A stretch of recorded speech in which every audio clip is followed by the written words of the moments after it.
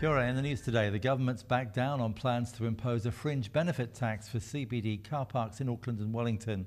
The proposal had been opposed by unions for safety reasons and by employer groups for reasons of increased compliance costs.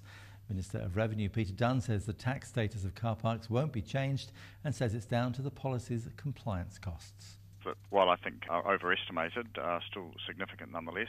And in the circumstances, given that $17 million is not a large sum, it was felt that at this time, and it was my recommendation, that we simply not proceed. The Employers and Manufacturers Association says the government's decision to back down has come after pressure from their action group. Chief Executive Kim Campbell says this much time should never have been wasted on such an idea. Labour is suspicious about the timing of the resignation of the GCSB's former Deputy Director. The intelligence agency has confirmed that Hugh Wolfenson, who was involved in the unlawful surveillance of Kim.com, has resigned from his post. Labour leader David Shearer says that Mr Wolfenson's departure has been timed to coincide with the release of a report reviewing the GCSB's activities. It means that he's completely out of the way. That means that Mr Key can say, well, look, here's the report, we've done a thorough report, everybody should be okay about this, and by the way, the guy that we believe should have been responsible for any hiccup, he's gone. Work will start in the next couple of months on a $600 million redevelopment of hospitals in Christchurch. Cabinet today agreed to set aside around $500,000 from the Future Investment Fund, essentially the money garnered from the partial sale of Mighty River Power and the other energy companies. Health Minister Tony Ryall says Burwood and Christchurch hospitals will have an increase of 159 beds to 938 in total. The latest Novopay botch-up is sparking a new round of political criticism. It's emerged a new bug in the system could see teacher contracts mistakenly terminated at the end of this school term. Labour MP Chris Hipkins says it's a total disgrace and a sign that things are getting worse, not better, with Novopay.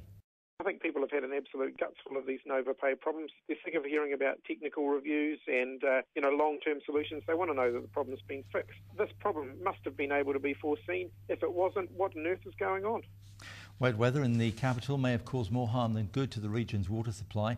Rain's fallen across the capital today, with the Orongorongo water catchment receiving around 35 millimetres. But Greater Wellington Regional Council's Chris Laidlow says the rain will be flushing dirt and debris into rivers right around the region, forcing them out of use.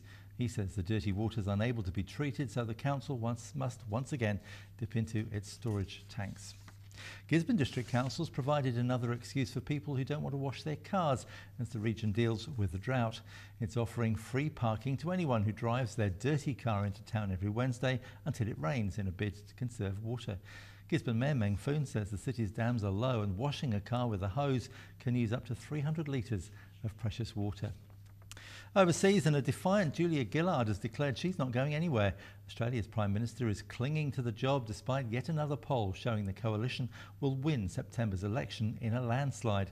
Opposition leader Tony Abbott says it's anyone's guess who'll be leading the Labour Party by the time of the election. And staying in Australia, Auckland's Sky Tower is about to be knocked off its perch.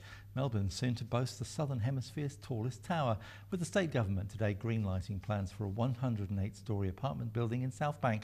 Planning Minister Matthew Guy believes Australia 108 will be a welcome addition to the city's skyline.